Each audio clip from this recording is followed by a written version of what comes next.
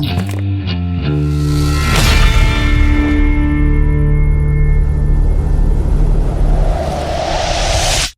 aí, guerreiros? O Wallace do Medievo, aqui novamente, trazendo novidades. Sempre trazendo novidades porque hoje é a estreia do Sonora, finalmente aqui ao lado do meu colega aqui, meu amigo, músico, brilhante guitarrista que é o Igor Gnômico. Mas olha só, galera, nós vamos trabalhar com muita informação, detalhes, é claro, da carreira dos músicos aqui da nossa terra, Aracajuana, e até a galera de fora também, que é claro, dentro desse espaço maravilhoso que é o Bacamarte Studio Pub. Então, para quem não conhece, a gente agora vai iniciar uma temporada legal, estreando finalmente com Igor Gnômico. Seja bem-vindo, meu nobre! Muito obrigado, velho, muito obrigado. Obrigado, Joás, pelo convite.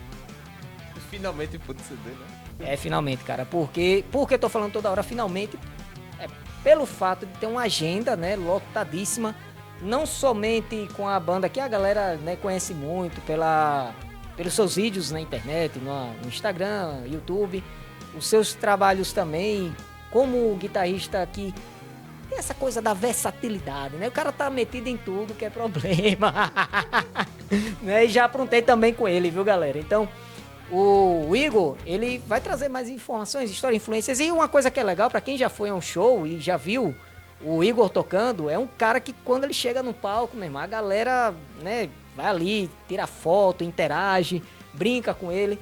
E uma coisa que eu notei, cara, as últimas apresentações tem adolescentes, né, tipo a galera nova, a nova geração, curtindo o seu som. Inclusive, né, meus alunos já te seguem, cara. Tem um monte de aluno que é seu fã, velho. Então, conta aí como foi falando de adolescência, né, como foi esse seu contato. Porque o Igor, gente, ele toca na Bad Name, ele também integra a Fogo Corredor e trabalha com um projeto que é falando, né, mais cantando os grandes sucessos de Lulu Santos. Então fala mais aí do seu primeiro contato. Como foi que você começou a música? Eu sei que você começou novo, com 15 anos. Foi isso mesmo? Então, velho, eu assisti... o Acústica MTV era um DVD muito febre na minha época. Né? Tinha Acústica MTV do Charlie Brown, do Capital Inicial, do Titãs. E eu sempre gostei de rock desde muito cedo. E aí eu ficava vendo os DVDs e... Pô, legal. Aí eu decidi ter um violão primeiro por conta do Acústica MTV do Charlie Brown. Eu achava muito massa porque era só com violão, mas era um som muito pesado, assim, era bem bacana. Mas aí tive um violão, né? Fui treinando e tal. E a priori sempre fui autodidata. Era treinando sozinho, na época tinha o Guitar Pro. Aí baixava as tablaturas, se encontrava com um brother que tocava mais, ia colando figurinha. E foi indo, velho. Foi indo. Agora sim, eu fiquei sabendo de uma história desse violão. Kashima, né? Bem padrão, isso. Galera, início dos anos 2000. Vamos ver, vou tentar adivinhar aqui. Você foi aquele cara, como você falou, né? Trabalho, né? Estudo autodidata, beleza?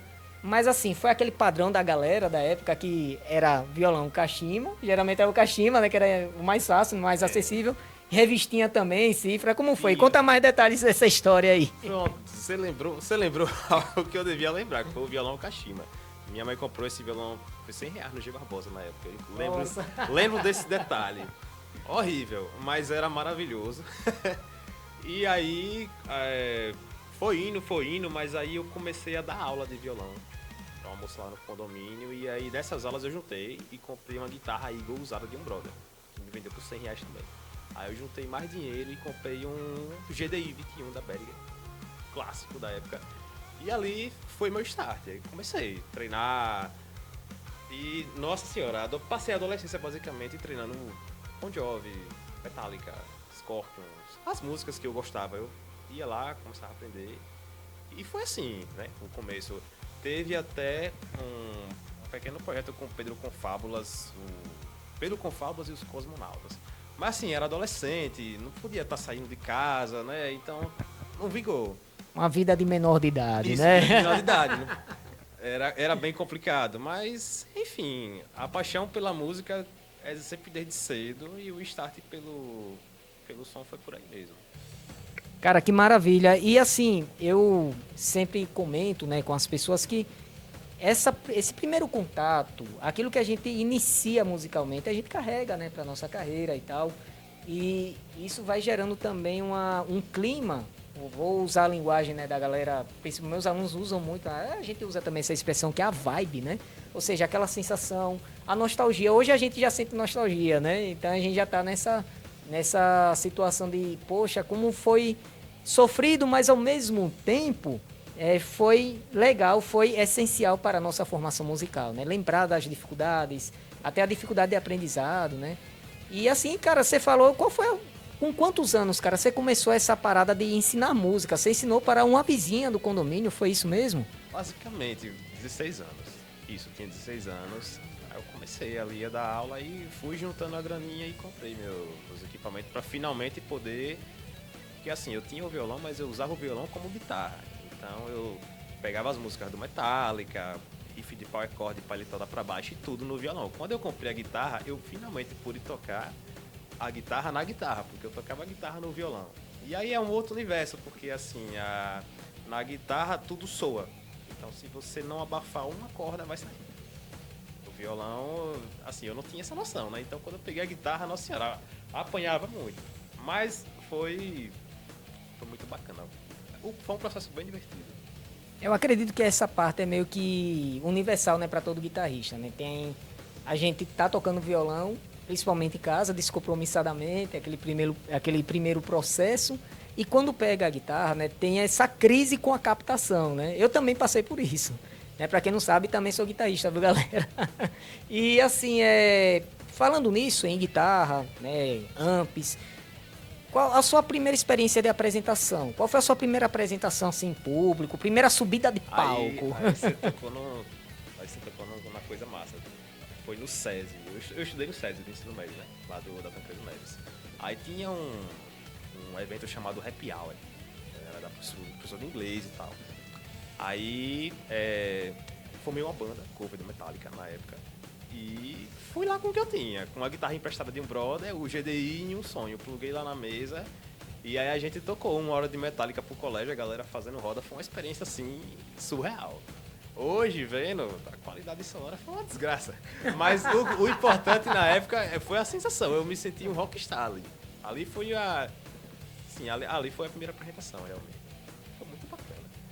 No caso, essa primeira apresentação para você, você sentiu que ali, nossa, é isso que eu quero causar para sempre nas pessoas, só essa sua sensação? Na verdade, desde quando eu comecei a tocar, velho, eu sou apaixonado por isso aqui desde sempre. Se eu tivesse esse canto aqui, eu passaria o dia todo tocando facilmente, velho. Eu começo a tocar e fico viajando, assim. É muito bacana. Só que assim,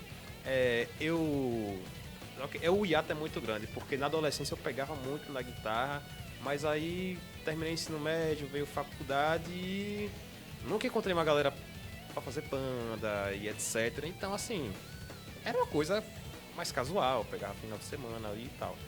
Tanto é que minha coisa na guitarra começou realmente quando eu entrei pro Avra. Quando eu entrei pro Avra foi que eu realmente comecei a pegar no instrumento e tocar todo dia. Eu já fazia isso na adolescência, mas digamos que assim, o direcionamento é diferente, né? Eu pegava as músicas que eu gostava e tentava tocar, beleza, mas com a informação que eu tinha na época. E o tempo foi se passando. Eu entrei com a ABBA por quantos anos? Acho que vou chutar 26, 27. E eu comecei 26. a tocar 26. E eu comecei a tocar com 14. Então são 12 anos assim, tocando em casa, né? Sem ter nada de timbre, de equipamento, nada, só tocar. Mas quando eu entrei no Avra, foi que aí eu comecei a me preocupar. Pô, preciso aprender timbre, preciso aprender isso, preciso aprender aquilo. Aí foi que começou, né?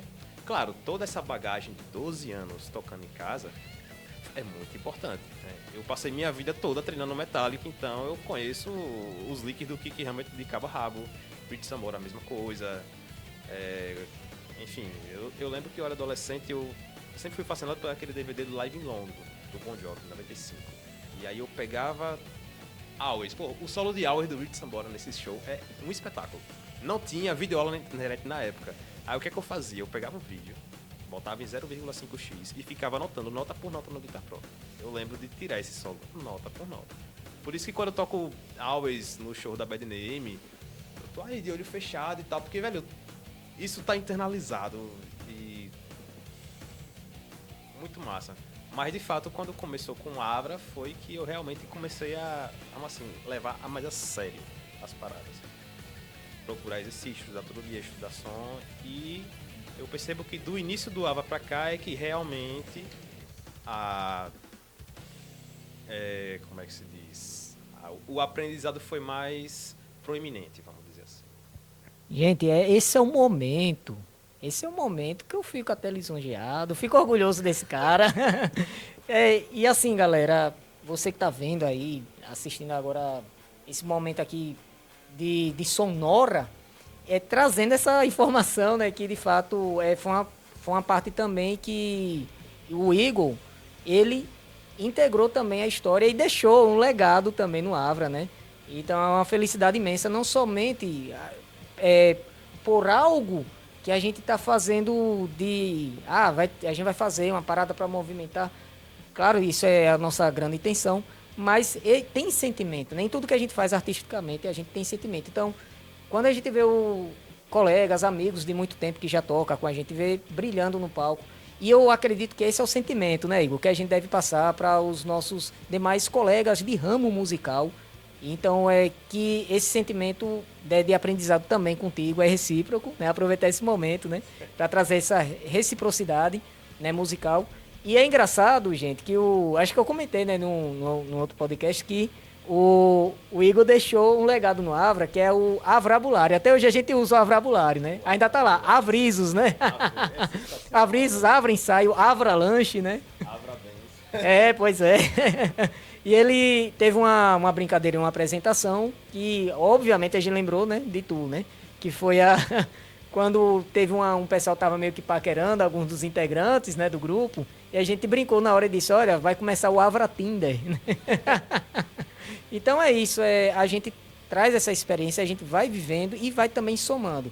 E eu percebi a questão da dinâmica, né, da mão direita, né, a técnica de mão direita, você como um proeminente, né, guitarrista em estudos já de solos, mão esquerda, né, que foca muito, né, mão esquerda em guitarra, mas quando a gente vai tocar de fato músicas fora do contexto do metal, do hard rock, a gente vai para o contexto da música folclórica, a música étnica, e a gente vai vendo a dinâmica da mão direita como é muito, né, é muito variado. Você sentiu isso nos períodos que você tocou no outro projeto, foi de folk rock também, né?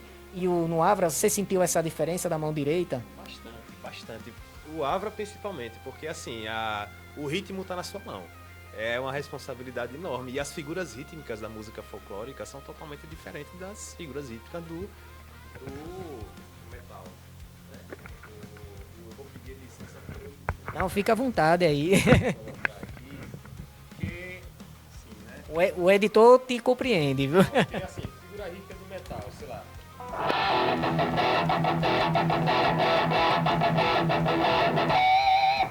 Aí, agora você já me desculpa porque tem muito tempo que eu não toco essas músicas, né? Do Avra. Mas, pô, tinha uma música que mudava de nota a cada compasso, sei lá, era... Não vou lembrar essa, mas eu vou lembrar outra.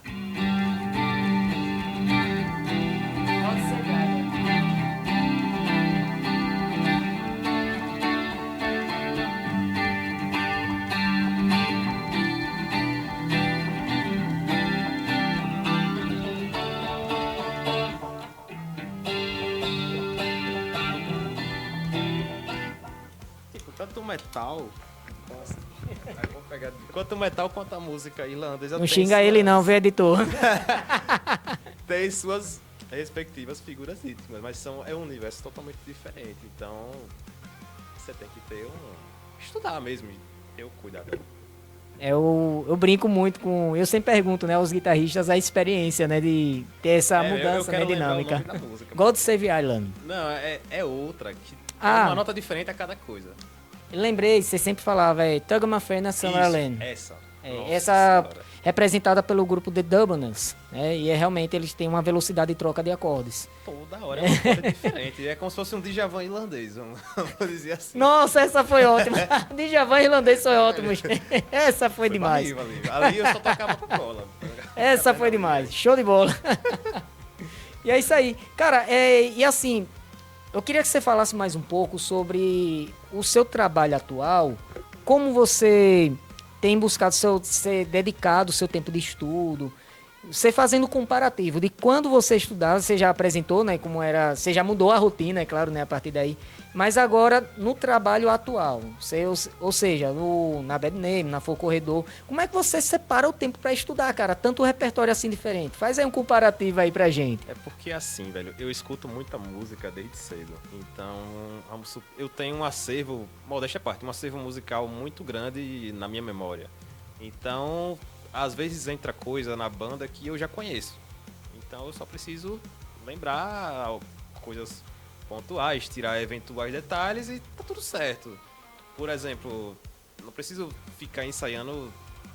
Vamos dizer que eu tenho um show com a Bad Name, com a Fogo e com a Love Drive em uma semana. Eu não preciso ensaiar o repertório inteiro em casa, música por música. Eu só preciso relembrar um trecho ou outro que, pô, esse trecho aqui eu preciso de um pouco mais de atenção. E assim eu otimizo o meu tempo, sabe? Eu acho que meu ouvido e minha percepção musical me ajudam muito com isso. Porque muita coisa, sei lá, eu passo um dó, eu sei que a próxima nota é um ré e... por conhecer a música, entende? Aí é isso. Eu acabo não tendo tanto problema assim. Ou seja, não tem aquilo que a gente fala, né, de afobação, né, com o ensaio. A não ser que seja uma música que eu nunca conheça. Já rolou. Por exemplo, entrou uma música na Bad Name há pouco tempo atrás chamada Hemorrhage de Fuel. Eu não sei se o nome da banda é Fuel ou se o nome da música é Fuel. Mas eu descobri um dia desse também essa banda, Fuel. Então, eu descobri um nunca dia desse tinha também. ouvido a música. Aí beleza, aí eu paro, escuto, anoto, treino. Música que eu não sei totalmente nada dá um trabalho, principalmente se for de um gênero que você não conhece. Mas de resto, dá pra tirar de letra, assim, né? Mas o principal na rotina de estudo é estudar os fundamentos. Porque o pré-requisito de muita música é algum fundamento. Então, se você treinar o fundamento, você vai treinar bem aquela música. Por exemplo, sei lá, palhetada alternada, né? Palhetada alternada, por exemplo. Eu tenho uma dificuldade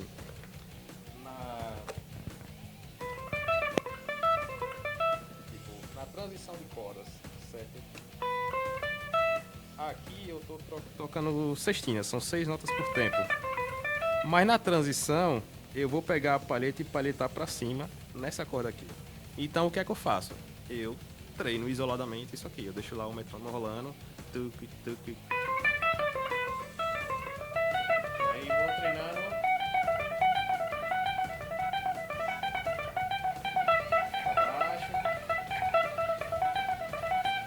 Tem até numa videoaula do Paul Gilbert, ele ensinou basicamente isso também.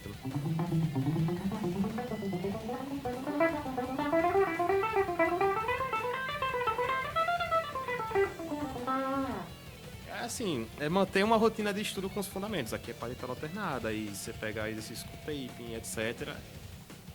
É meio que como se fosse manter a forma do jeito, manter a mecânica da memória muscular. Se organizando isso, você nem precisa ficar, sei lá, estudando uma música X todo dia. O fundamento tá lá, então isso lhe assegura para você ter uma boa performance, etc. Cara, isso me fez lembrar o que eu fazia, tipo, ensino médio. Nessa época eu estava estudando, era violão popular na Escola de Artes Valdes Teles. Cara, eu estudava ali no Colégio Dom José Tomás e eu tinha essa preocupação também com palheta alternada. E aí, além de estar estudando na Valdes Teles, eu tinha um amigo da igreja que ele orientava, olha, cara, você tem que estudar palhetada assim, você tem que estar sempre malhando isso aí. Ele mostrou vários vídeos, cara. Então, ele mostrou Eduardo Ardanui, Kiko Loureiro, Paul Gilbert também, Dave Mustaine, que tem a questão, né, do trash, a forma como ele toca, né? É a palheta sempre pra cima, né? Direção sempre pra cima. Pra baixo, na verdade, pra baixo, isso, verdade. Quem usa, na verdade, um pouco mais pra cima, acho que é o Kirk Hammett, né? Que ele joga algumas alternadas pra cima, né? Pra baixo também? Isso aí. Bem, me corrija, que eu não sou muito do trash, tá ligado? Me corrija, tá?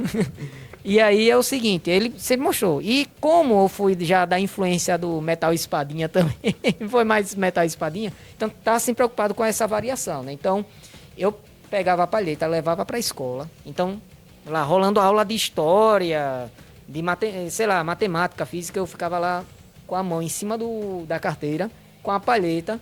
E assim, a galera pensando, mesmo esse bicho tá tendo algum problema na mão, é que tá com a mão tremendo, velho. Mas isso é praticamente isso. Então a galera já ficava preocupada, esse cara tá com algum problema de saúde aí, velho, tá se tremendo ali, mas não era. Eu tava prestando atenção lá, mas ao mesmo tempo malhando os movimentos, né, da palheta e tal.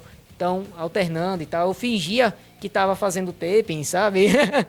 Então, é hábito, né? Então, música tem essa coisa de internalizar, como você falou, né? Memória muscular. O Vigo que fala no vídeo lá, ele, cara, esses exercícios meramente mecânicos, às vezes eu tava assistindo televisão e ficava lá.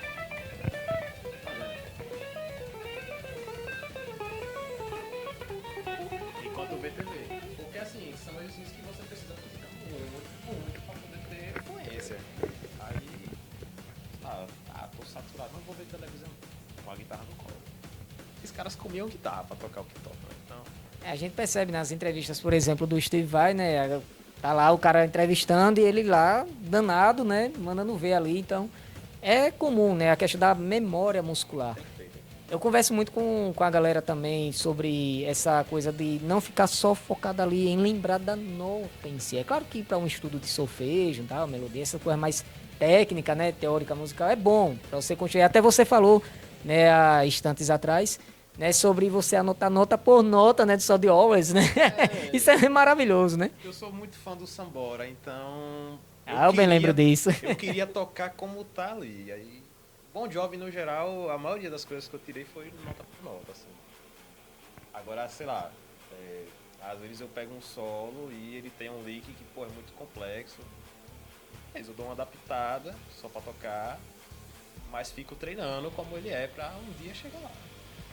Maravilha. E por falar nisso em Bon Jovi, eu queria que você falasse dessa parte da transição que foi do Avra para Bad Name, né? Por sinal, Bad Name, né, carrega o nome, né, da música Bon Jovi e tal. Explica aí pra galera, que tem gente também que não entende, né, o repertório completo, né, Bon Jovi. Tem outra galera que já é mais fã, que nem você, tá? E que já conhece detalhe por detalhe. Então explica aí como foi essa passagem, né? Eu lembro que você saiu e tal, mas fale você no seu sentido de rotina até, né, como músico, como foi a sua experiência, seu primeiro contato lá com o grupo, como foi?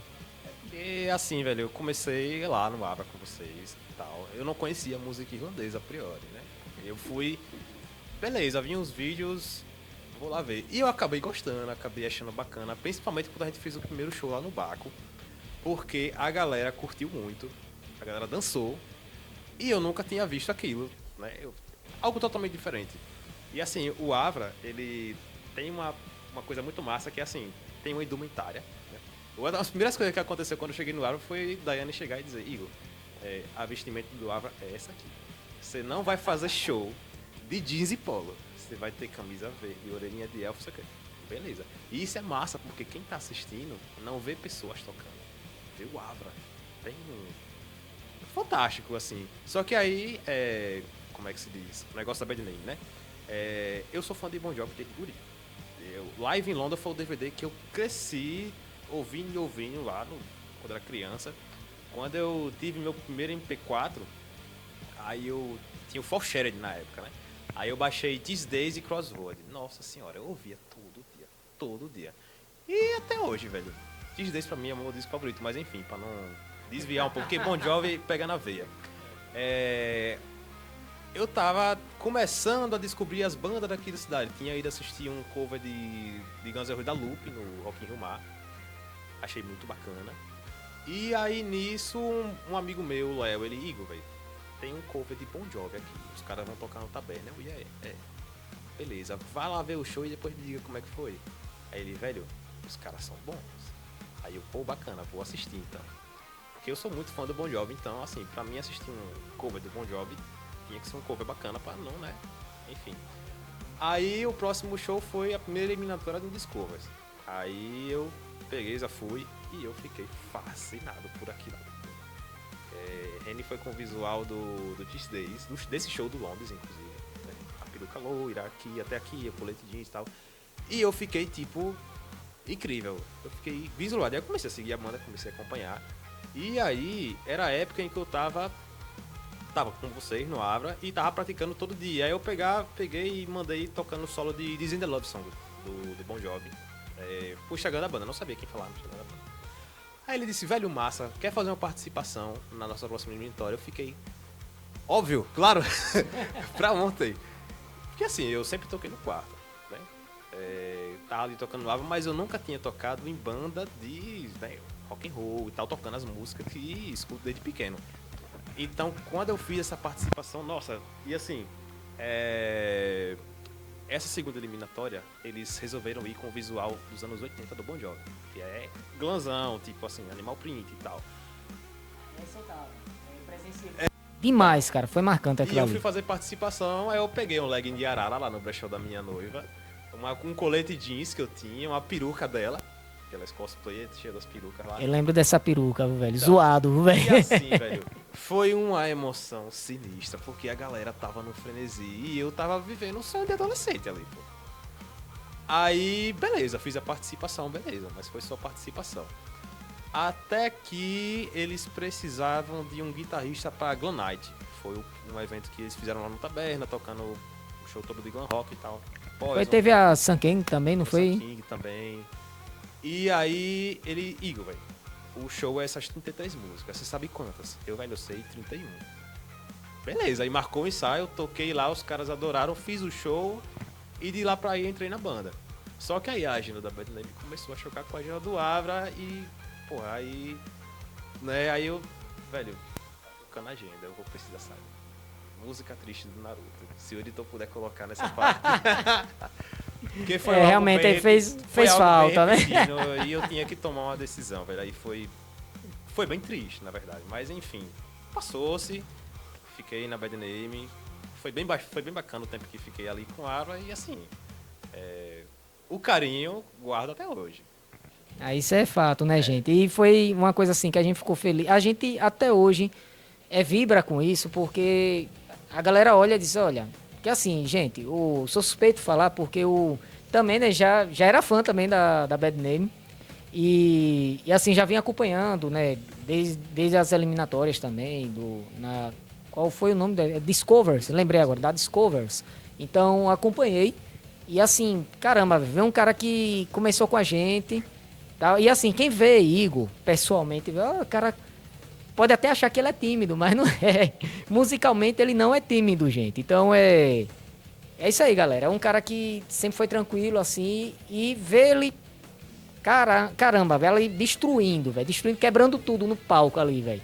Né? Então, quem já viu ele tocando, né, tá assim em palco, agora tá tendo a oportunidade de mostrar como é que ele se programa, né, musicalmente, né? Agora, falando desse contexto da Bad Name mesmo, principalmente se destacou o caso do cover, do Bon Jovi, mas tem os outros repertórios.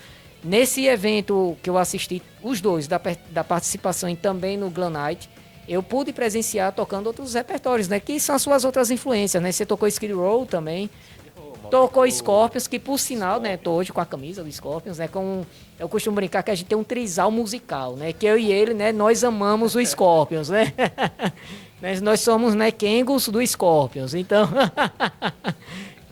cara, lembra daquela vez, você viu lá o meu livro, né, caramba, o livro do Scorpions, né, eu emprestei o livro pra ele, né. Fantástico. Comenta aí pra galera aí, sua experiência da leitura aí do livro do Scorpions, e a gente já emenda aí falando aí sobre o Love Drive, gente. Ele tá com a banda aí, a Love Drive, fazendo cover do Scorpions. Falei das duas coisas, que a gente tem que compartilhar com a galera a sua experiência, você falando da leitura, né, do livro que foi escrito pelo antigo baterista, que é o Herman Harebel, e essa sua imersão, né, escorpiana na Love Drive. Então, além do Bon Jovi, Scorpions também foi outra banda que eu ouvi desde criancinha. O Live in London foi um dos primeiros DVD que eu assisti, mas o Acústica também. O Acústica, velho, eu era criança e colocava, aí repetia de novo e todo dia ficava lá ouvindo. Aí meu pai depois trouxe o Moment of Glory, aí depois veio o meu MP4, o Paul Share, e aí comecei a baixar a discografia e aí, enfim. Aí surgiu essa ideia da Love Drive, porque assim, eu particularmente tava querendo, assim, algo pra tocar um hard rock, etc. O baixista da Bad Name agora, o Marlone, ele também é muito fã do Scorpions. Ele deve ser tão fã quanto você. Vocês dois, assim, iriam casar certinho. Ele, velho, vamos montar um cover do Scorpions. Isso, viu, Daiane? Aí ele, velho, vamos montar um cover do Scorpions. Eu, cara, bora. Aí chamamos Vitor, que toca na Bad Name também, bateria. Maicon, que tá tocando guitarra na Vintape, que tá tocando com a gente também. E João Pedro Borges, ex-gigante do Brasil, tá no vocal com a gente. Começou a ensaiar tem acho que mais de um mês. E aí a gente já tem nosso primeiro show marcado 3 de agosto no Tchê, às 19 horas pontualmente, domingão. Vai ser. Repete aí a data aí pra galera, repete aí. 3 de agosto no Tchê, domingão, às 19 horas. Vai ser um showzaço. Já comecei a divulgar lá no Instagram e tal. Maravilha. E aí é isso, a Love Drive surge com essa tara de tocar hard rock anos 80 com uma banda que eu sempre gostei de pequeno, que é o Scorpions. Então, é só alegria, velho. Só coisa boa. Que maravilha. Ainda falando mais um pouco da Love Drive, como é que tá sendo o seu estudo e tal? Claro que você já, como você já comentou, né? Você já ouve muita coisa. E de fato, sou testemunha para dizer que você tem uma facilidade, uma percepção musical. Gente, essa ideia de falar percepção musical é aquilo que a gente conhece popularmente como um músico que tem a habilidade de pegar de ouvido. E realmente, né, o Igor tem essa habilidade, né? Tem essa ligeireza de percepção musical. Mas assim, como é que tá sendo os seus estudos? Você tá observando performance?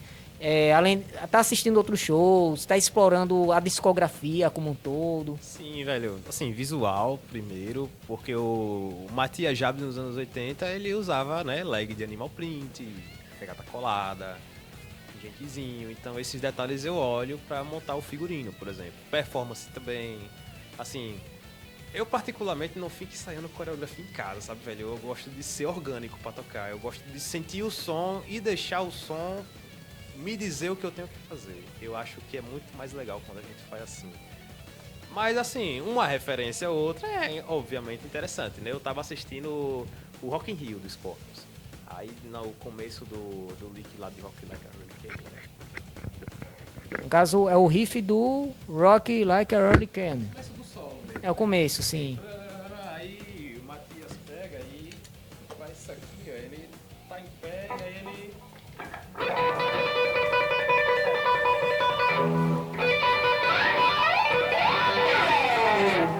levanta a perna assim, enquanto toca. Aí eu... tem aqueles chutes, né? Meio lembrando o Malmsteen, né? Também. Beleza, vou copiar isso pra mim. Pra, assim, agregar o espetáculo. Porque, assim, você é fã do Scorpions, você já assistiu diversos shows. Então, quando você vai assistir um cover e o cara tá fazendo algo que você já viu no DVD, você pensa, pô, o cara estudou a banda. Ele não tá só tocando. Verdade. Eu acho isso muito importante. Outra coisa é a questão de estudar as músicas. Eu, de fato, conheço desde pequeno, mas tem coisas do Matias Jabs que não são muito simples de tocar. Então, tem coisa que eu venho, assim, dando uma atenção. Por isso que eu posso acabar, então, tipo, o leak de Bad Boys New York.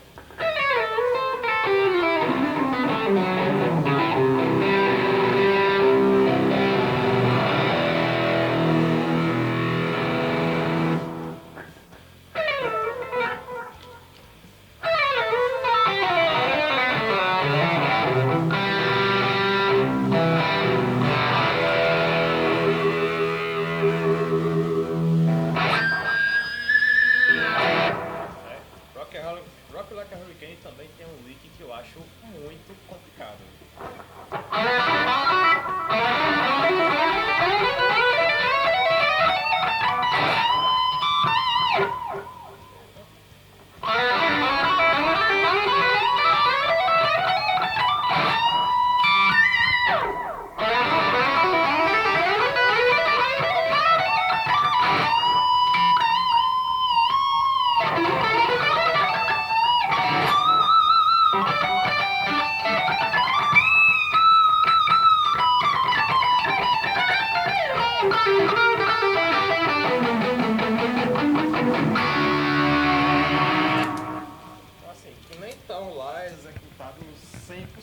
Mas merece uma atenção para quando chegar na hora do palco eu não ficar olhando para guitarra, tal, eu quero só tocar.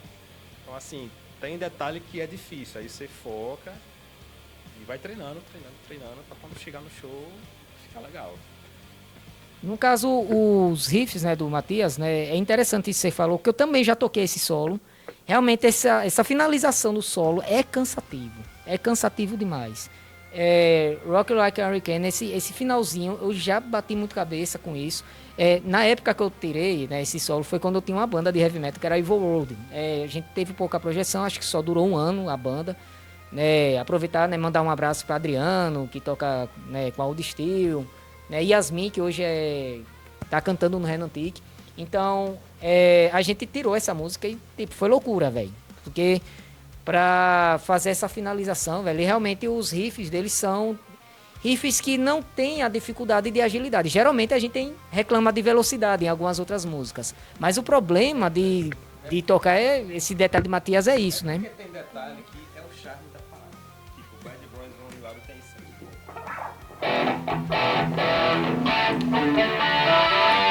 Tipo, esse dedilhado específico, ele liga o colo. Ao vivo ele nem faz isso, mas eu acho muito bonito isso no estúdio. Aí eu já fico...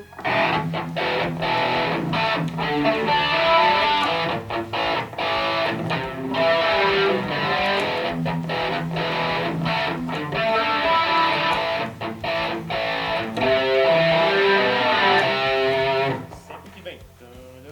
Ele liga o colo. Aí eu, porra, isso é muito... Maravilha. E realmente, esses detalhes que às vezes tá em um ligado, tal, numa coisa assim, é o que dá o charme, como você falou, dá o charme, né?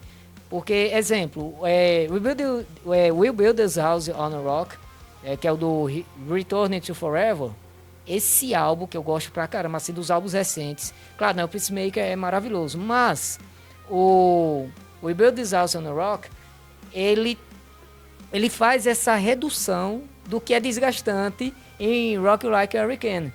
Né? Então ele traz uma redução daquilo, né, daquela extensão e mantém o charme, né, aquela característica que foi, né, adquirida com a entrada do Matias, né, nesse período. Isso é maravilhoso. E assim, como é que tá sendo a interação com a galera? Assim, você tá estudando junto com a galera, no ensaio, ou então o lance do, sei lá, e aí, velho? Vamos testar aqui na hora, ou a galera fica mandando áudio. Como é o lance aí? Um ensaio em específico da Love Drive. Como é o ensaio em si? A gente tem o repertório fixo, certo? Vou deixar ele assim. Só não esqueça o microfone. Vou deixar ele aí mesmo. Ah, beleza. Quando for tocar, fica tranquilo. A gente tem o setlist, certo? Fixo. A gente fica pra gente ouvir em casa, estudar as músicas e ensaia pra deixar as músicas certinho. Já estamos numa etapa em que nós estamos ensaiando o show. Pra poder, assim... É muito importante. Você vai tocar um show, você tem que ensaiar o show. Não tem que ser uma coisa improvisada. Pode dar bom? Pode. Mas é tipo aula. Você é professor que nem eu. Professor, a gente planeja a aula antes pra poder, na hora, evitar a chance de dar ruim. Porque se você for fazer uma aula sem planejar assim na hora... Então, Imagino. Os ensaios são bem bacanas, porque tá todo mundo muito empenhado com o projeto, né? Todo mundo ali ouvindo as músicas, tirando. Às vezes a gente acaba criando arranjo em cima das músicas, que é uma coisa que eu acho muito massa. Sem, obviamente, perder a identidade da música. Então, tá fluindo muito bem. É um projeto que tá ficando bem legal. Que maravilha, né, velho? Então, gente, olha, toda vez que encontro o Igor é isso. Pra falar do Scorpions, a gente passa, né, horas, né? Ele vai ter que fazer um podcast, velho, só falando do Scorpions. Não, cara, né, é complicado aí pra gente. A gente não consegue, né, desgrudar, né, do assunto. Porque, é claro, né, são influências. E isso acontece, né, gente? Com músicos, quando a gente encontra até colegas que não tocam com a gente, sei lá, que a gente vê nas casas que a gente já tocou, que a gente já cruzou aí no meio do caminho. Então, faça isso comigo, cara. Pare com essa brincadeira, né? Escorpiana e gostosa. Então, tá demais, tá demais. Sim, cara, e essa questão Isso é multicultural, né, cara? Você é um cara diverso, assim. Poxa, você tem uma diversidade cultural e musical imensa, velho. E o mais engraçado de tudo isso é que você, em pouco tempo, tipo, vendo você iniciando esse rolê, né, em 2023 e já metendo bronca aí em outros projetos, em contextos diferentes, musicalmente falando, né? Ou seja, a experiência também, né, de folk, legal, experiência de hard rock, né? Então, tem um lance do Mangue Beat, né, velho, também, né? No caso, o Mangue Beat, você toca na Fogo Corredor, é isso? Isso. Na verdade, assim, eu não conhecia nada de Chico Sainz e Nação Zumbi. Eu conhecia a... Pô, eu conhecia a abertura do... Abertura não, né? É uma vinheta do telecurso.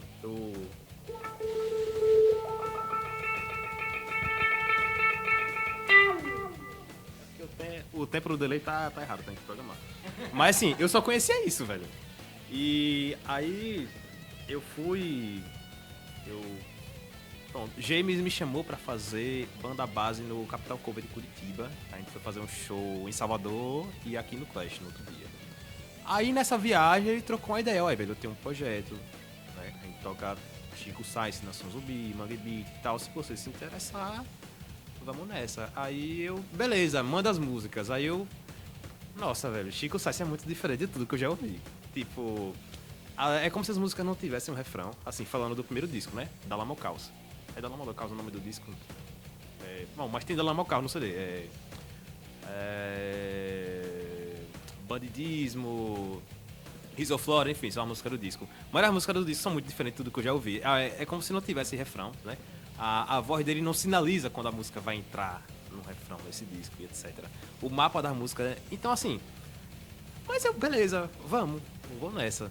E foi um desafio enorme, porque, assim, faltava, acho que 1 mês e pouco pro show. E eu tinha passado uma semana em 6 músicas. Porque, assim, eu conheço muita coisa, mas se eu não conhecer, eu preciso ouvir, decorar e até ter o mapa da música na cabeça, nossa senhora. Mas, quando a música entrou, que eu entendi, nossa, aquilo ali pra mim... E não só a música em si, mas assim, a gente fez esse show lá no Tchê. Foi com... Bicho do Mato, tocou, e depois tocamos a gente, e assim, velho, o público é muito massa. O público do autor... Porque a Fogo, ela é Chico Sainz e Nação Zumbi, mas também tem as músicas autorais, né? Então, mescla. O público é muito massa, velho. Tipo, a galera vai... Eu fiquei, nossa, velho, eu nunca tinha ouvido Chico Sainz, mas a galera curte muito. Tinha um cara lá que ele tava fazendo um negócio de capoeira, sei lá o que era aquilo. Uma ginga. Enquanto a gente tocava. Muito massa, assim, é uma outra cultura. É uma outra vibe. E isso pra mim me abriu portas, culturalmente falando. Como músico também, porque assim, me levou a sair da zona de conforto, vamos dizer assim, tocar uma coisa totalmente diferente e tal. Aí foi muito bacana. Foi algo por acaso, mas que deu muito certo e assim, é um projeto maravilhoso, né? Os integrantes também são assim incríveis, pessoas maravilhosas. James, Ana, Thiago, Dudu, Vinícius, não esqueci de ninguém, né? Se eu esquecer, o editor me ajuda. Mas a galera é muito massa, o projeto é bacana e é isso. Teve um show que a gente fez na Freedom e, cara, autoral é uma coisa maravilhosa, porque assim, às vezes o público não conhece a música, mas eles estão atentos ouvindo, eles estão atentos, prestando atenção no que você está fazendo, curtindo, e isso é muito massa, velho, isso é muito massa. Não, obviamente, menosprezando o cover, longe disso, o cover é muito massa, velho, né? Eu sou, pelos relatos que eu já contei aqui, enfim, mas o autoral tem uma pegada muito bacana, velho, então assim, o Projeto da Fogo é sensacional. Que maravilha, né? E você tendo contato, né, com então, que foi polêmico, né, tempos atrás, na época do falecido Ariano Suassuna, né? Que ele chamava o Chico Sainz sem Chico Ciência, né? O Chico Ciência, né? Que ele falou assim, né? Então ele sempre, né, zoava, né? Isso porque tinha essa questão da musicalidade, né? Do Mangue Beat, né? Com essa parada do armorial, né? Então, tão defendido, é claro, né? Pela obra, né? Clássica e memorável do Ariano Suassuna. E que aqui em Sergipe é forte, velho, essa parada. Eu também fiquei surpreso, eu fui vasculhar também. Tem também um ex-Avra em outro grupo, né, parecido com essa, que por sinal o nome é Risoflora, né? Aproveitar, né, o Henrique, né, Henrique Montalvão, né? Vulgo Montão, né? Também, então, a gente vê, pô, a parada do experimentalismo, velho, musical. Isso é show, velho, isso é muito bom, isso é legal. Né, aproveitar, falando, né, nessa questão de lance multicultural, Gente, aproveitar esse momento para agradecer, né, a galera aqui do Bacamarte Studio Pub. Gente, aqui é um ponto de encontro, de cultura, certo? De produção audiovisual, ensaio de estúdio também. Você tem sua banda, vem cá, velho. Vem ensaiar.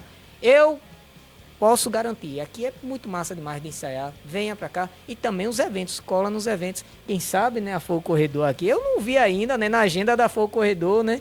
Aqui na Bacamarte, né? Aqui teve um festival, o Festival do Mangue, se não me engano o nome foi esse. Aí Jamerson fez uma participação com Pé de Coentro, se não me engano é o nome da banda. Agora Pé de Coentro. Enfim, eu não lembro o nome exato, mas Jamerson veio em nome da Fogo fazer participação e bacana. É bacana. Olha aí, tá vendo? Já tem uma presença aí. Agora, né, ter o Igor também gnômico aqui no meio. Então, é isso, galera. Vai estar aqui o Instagram, tá? O @ do Bacamarte Studio Pub, tá? Lembrando, aproveitar, né? Falar do Instagram e também o endereço vai estar aqui na telinha aqui para vocês acompanharem, tá? Vai estar tudo aqui, endereço, o Instagram e segue lá, acompanha a programação do Bacamarte Studio Pub e compareça, galera, é muito bom, certo? E vamos falar também um pouco, né, do seu projeto Tocando Lulu Santos. Cara, eu fiquei surpreso vendo você cantando, velho. Nunca imaginei ver você cantando, velho. Cantando Lulu Santos, que é massa demais. Então, manda aí, conta aí, velho, pra galera aí essa sua nova aventura. Então, velho, na verdade, assim, cantar nunca foi meu ponto forte. E ainda acho que não é lá essas coisas, mas, enfim, sigo aprendendo e estudando. Na Bad Name a gente tem um tributo a Cazuza, certo? E a gente se preocupou em fazer um show teatral, em pegar referências do Cazuza, da biografia. E no filme O Tempo Não Para, eu vi que tem uma cena que o Frejá briga com o Cazuza no ensaio, porque ele quer tocar samba. E o Frejá, não, Caju, samba não, aqui é banda de rock, eles brigam e o Cazuza sai do barão. A gente quis reproduzir isso ao vivo. Aí beleza, a gente faz essa encenação e aí a gente sai do palco. E aí a escolha de cantar Smoke on the Water nesse trecho foi porque quando começa o filme O Tempo Não Para, eles estão tocando Smoke on the Water antes do Cazuza chegar acho que é na casa do Frejá, enfim. Aí estão ali tocando a música e o Cazuza chega, aí beleza. Aí eu comecei cantando essa música e assim, eu comecei a receber uns feedbacks bacanas. E aí, Igor, você tem uma voz bacana, você tem uma voz não sei o que e tal. E eu, beleza, só que sempre... E aí eu comecei a cantar outras músicas, né, Intercendman. Mas eu sempre percebi que quando eu cantava, eu ficava sem garganta assim que acabava a música, né? Então tinha alguma coisa errada. Aí eu comecei a fazer aula na Valdice Teles. E aí eu comecei a entender sobre diafragma, vocalizes, aquecimento, etc. E melhorar a projeção vocal. E aí eu pensei, bom, aqui no estado, né, na cidade, já tem cover de Legião. Capital Inicial tocam bastante. Mas Lulu Santos não é uma coisa que a galera vai muito a fundo, porque Lulu Santos é muito complexo, são harmonias muito, né? Eu fui tirar como uma onda no mar e eu passei um bom tempo pra pegar só o verso, porque é muita troca de nota. E a tessitura vocal do Lulu se parece, assim, eu chego nas notas que o Lulu consegue chegar, salvo a exceção do Sol 3, que pra mim ainda é um desafio. Então beleza, eu vou estudar Lulu Santos. Aí eu comecei a estudar e... Bom, aí eu comecei juntamente com a Madame também a ver ideias, né? Aí sintonizando corações, porque o Lulu Santos é o último romântico, muita música romântica, sintoniza amor, beleza. Aí resolvi fazer esse projeto que, a priori, fiz alguns vozes e violão. E aí juntei uma banda e a gente ainda vai começar a ensaiar. É algo embrionário ainda. Mas a ideia é essa, a ideia é fazer um especial Lulu Santos, mais por... Sim, é um projeto pessoal mesmo. Eu achei bacana. Eu comecei a ouvir mais do Lulu e acabei gostando muito, né? Uma descoberta bem bacana. E Não, falou em cantar, ele já fica. É isso mesmo. Isso aí, maravilha. Cara, queria pra aproveitar assim, você mostrasse pra galera um pouco, né, desse contexto geral do que você tem desenvolvido tecnicamente, como é que você organiza a sua parte instrumental, sua guitarra, como é que você timbra, né? Exemplo, né? Tem guitarristas que têm uma preferência por um braço selado e cedo, outros têm preferência por braços mais curtos, outros preferem com pontes móveis, outras pontes fixas. Fala aí um pouco aí do seu seu lado preparativo, assim, dos preparativos, né? Vamos dizer, de aparelhagem, os amps, seus amps favoritos. Mostra pra galera que a galera quer saber, velho. Porque você toca, a gente sabe que o som é brilhante, é maravilhoso, mas a galera quer saber esse detalhe, ver como é que você prepara essa parada toda aí, que eu sei que dá muito trabalho, né? Conta aí pra gente. Dá, assim, eu comecei com a Curvave, na verdade, uma Curvave e um sonho. Mas aí eu fui pesquisando, fui estudando, fui tirando, colando muita figurinha com outros guitarristas que entendem muito. A maioria da Kodiak Hotel é uma pessoa que me ajuda bastante na questão de timbre. A Bel da Sanking me ajudou muito também. Marcos Vinas, que toca na Chacatac também, sempre tá colando figurinha. Vini Bufato, que toca na Super Hits. Então, assim, eu sempre tô buscando colar figurinha com a galera que, assim, tá há mais tempo que eu na estrada e tem uma bagagem melhor. É sempre bom você aprender. Basicamente é o seguinte, eu sou muito fã de hard rock oitentista, então o som do hard rock oitentista é o Marshall JCM 800 empurrado por um pedal de overdrive. Então eu tenho o Brown Sugar, que ele é um Marshall nessa onda JCM 800, ele puro é assim.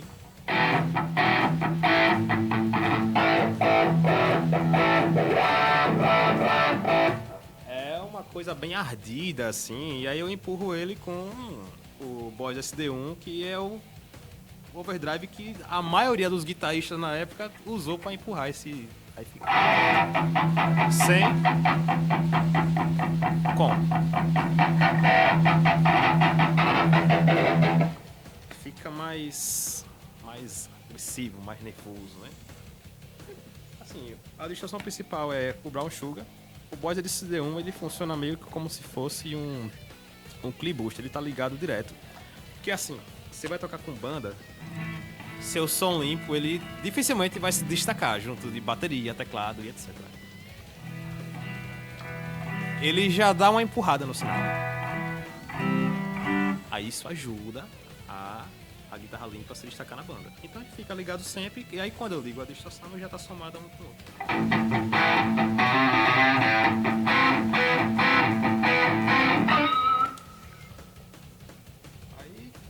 A grosso modo é isso, né? Aí eu tenho um delay de fita também.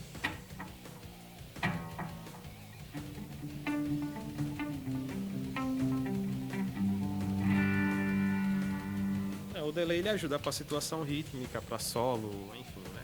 Show de bola. No caso, você tem uma preferência, eu me lembro que você sempre teve preferência por cordas mais leves também, né? Tensão mais leves. Né? Inclusive, já falar em cordas, né? Antes de você contar aí pra gente essa parte do encordoamento, quero aproveitar, né? Mostrar aqui pra vocês essa versatilidade dele, porque é uma pergunta frequente, né? Eu acredito que muita gente deve ter essa dúvida, inclusive pra quem tá começando a tocar, porque, velho, a galera vai a um show da Bad Name, da Fogo Corredor, então vê ele tocando, né, na livraria. Tem uma livraria até que você tocou, né, também com o seu projeto do Lulu Santos. E a galera comenta, a galera quer saber. A galera tem vontade, tipo, eu fiquei sabendo de uma menina que tava assistindo um show seu e ela pediu uma guitarra pro pai, velho. Isso é muito massa, velho. Isso é da hora, né, essa influência. Então, inclusive, já vai pensando numa música aí que a gente vai encerrar, né, também com... Já vai pensando aí, vai escolhendo aí aquele clássico aí, pra gente também encerrar, né, você tocando aí. Então, fala aí pra gente sobre essa questão do encordoamento, né, que a preocupação de todo guitarrista é encordoamento. Bom, eu tenho uma mão um pouco cansada por conta de trabalhei como barman um tempo, e aí, enfim... eu uso 08, porque 08 pra mim... É um encordoamento que eu consigo tocar por horas sem sentir dor, fadiga, etc. E é isso. O pessoal diz, 08 é mão de alface, o timbre não fica bom. Velho, o Tommy Yomi do Black Sabbath usa 08 a vida toda. E o timbre do Black Sabbath não é leve. Então, assim, é questão de conforto, velho. Corda é só conforto. É isso aí, conforto e lógica também, né? Porque às vezes a galera quer meter um 011 e tal em um braço que não condiz com a tessitura também do que o cara toca, não condiz com a ergonomia, né, do instrumento, né? Isso é importante, legal. Eu, no meu caso, né, eu trabalho com cordas um pouco mais pesadas, né, que no caso o violão folk, ele pede, né? E eu não usei ainda uma corda mais pesada ainda, porque eu também sei do limite do meu instrumento, né? No meu caso eu uso no violão a 010, usei a 011 recentemente, mas aí eu tive que maneirar porque ele já estava forçando, né, o ponto de tensão, né, do braço do meu violão, né? Então eu não posso pegar tão pesado assim. Então quero aproveitar Gente, olha, vocês conheceram agora, né, nessa conversa, o quanto assim que tem de rede social aí, de bandas que esse cara tá envolvido aqui, de projeto também. Vamos fazer o seguinte, Igão, velho, passa pra galera aí, faz uma sequência aí de arroba, de contato, fala aí da agenda aí pra galera, de cada um aí, fala aí da Bad Name, da Fogo Corredor, a Sintoniza Amor, fala de tudo aí, tá? Pra galera seguir o Instagram, manda os arrobas aí, agendas, sei lá, tipo, arroba Bad Name, manda aí, vai mandando aí também, viu? Vai, e por falar em arroba, vá pensando aí, na sequência, tá? E falar nisso, né, galera? Vai seguindo, olha, tem gente que tá se inscrevendo e não tá apertando o sininho lá no YouTube, Garage Band, e começando, é claro, já aproveita e fica lá, olha, quando for divulgado aqui, tá? Vai receber a notificação, o Sonora. Quando você rever lá, notificação Sonora, estaremos lá, beleza? Então, galera, agradecer também, né, a sua presença, tá? Por essa contribuição, não somente a sua presença nesse Sonora, que está começando, mas pela sua contribuição, pela contribuição musical em geral, pela contribuição musical que você leva aos colegas da noite que toca aí, tá? Apresenta aí os arrobas e os contatos e as agendas aí pra galera. @badname.band, arroba da Badname, acompanha aí lá no Instagram, porque a agenda tá muito boa da banda, os shows estão cada vez mais eletrizantes e apaixonantes, tem hard rock, tem pop, tem flashback, tem de tudo um pouco pra você se apaixonar, curtir e embalar a noite. @lovedrive.band é o arroba da Love Drive, do Tributo Scorpions. Fogo Corredor Oficial é o arroba da Fogo Corredor. E Sintoniza Amor é o arroba do projeto do Lulu Santos que eu estou fazendo. E meu arroba é Igor Gnômico, que eu posto meus vídeos e enfim. E é isso, sigam lá nas redes e fiquem atentos pra agenda, porque a agenda tá muito bacana. Isso aí, galera. O Sonora vai ficando por aqui. E vai lá, se você tá visitando agora esse canal, se inscreve e ativa o sino. Vamos encerrar aí com esses solos aí maravilhosos aí de Igor Gnômico. Manda ver aí, som. Até a próxima, galera!